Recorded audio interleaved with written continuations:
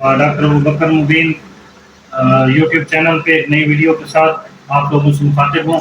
आज का जो हमारा टॉपिक है, जो मेडिसिन इस टाइम मेरे हाथ में है, वो बहुत ही इम्पोर्टेंट है। और इस हवाले से आप लोगों की जो सेल्फ मेडिकेशन होती है, उसके हवाले से भी बहुत ज़्यादा इम्पोर्टेंट है। अब जो मैं चीज़ें आपको इसमें बताऊँगा, उसमें ये चीज़ें होंगी कि आपने इसको लेना किस तरीके से है, इसके साइड इफ़ेक्ट्स क्या होंगे और कितने टाइम तक आप इस मेडिसिन को यूज़ कर सकते हैं। ये टैबलेट है वोनिज़ा के नाम से।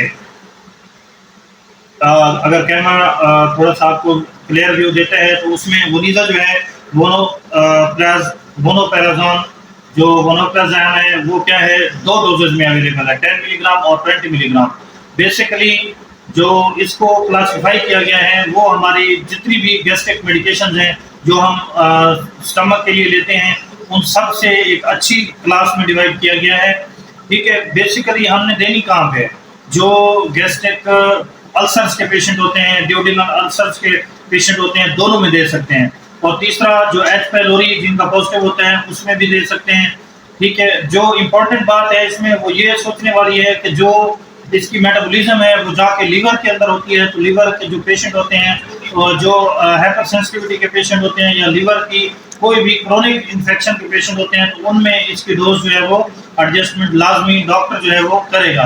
तो आपने इसको जो है अगर सेल्फ मेडिकेशन के तौर पे लेना है, घर में बैठे हुए आप सोचते हैं कि कौन सी अच्छी वो है, तो ये वोनिज़ा जो है ये उसके लिए बेस्ट है।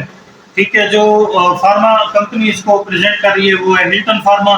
काफ़ी ब्रांड्स और भी अवेलेबल हैं इसमें, अच्छी से अच्छी मार्केट के अंदर अवेलेबल है, ये भी ब्रांड अच्छा है। ठीक है, बहुत ही जो इफेक्टिव है पेशेंट्स में। अच्छा, इसमें अब जो दूसरी चीज़ है वो है टाइम, जो ड्यूरेशन है वो आपने कितने ड्यूरेशन में इसको लेना है। एक तो पहली बात कंफर्म है कि अगर तो बॉडी वेट जो है वो कम है तो आपने 10 मिलीग्राम की उसकी डोज रखनी है। अगर तो कोई बहुत ज़्यादा ठीक है, कोई बहुत ज़्यादा मोटा पेशेंट है तो उसके अंदर आपने इसको 20 मिलीग्राम तक करना है। 20 मिलीग्राम बॉडी डोज है इसकी, रिकमेंडेड जो है। ठीक है, वो आपने वंस डेली लेनी है। उसके बाद क्या करना है, टाइम ड्यूरेशन जो है वो जो मैं बात कर रहा हूँ बार बार क्यों इम्पोर्टेंट है, आप इसको जो ड्यूडेनल अल्सर्स होते हैं उनके अंदर 6 वीक्स तक आप इसे इस्तेमाल कर सकते हैं।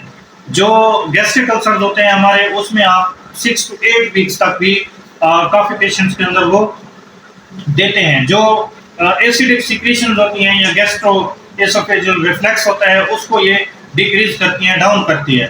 तो होता क्या है, उससे प्रॉपर हमारा जो है वो स्टमक जो है वो प्रॉपर अपनी फंक्शनिंग परफॉर्म करता है। ठीक है, ये बहुत ही अच्छी मेडिकेशन है। जो लोग सेल्फ मेडिकेशन घर में बैठे हुए इस्तेमाल करते हैं उनके लिए एक बहुत ही इनकलाबी दवा के तौर पर ली जाती है।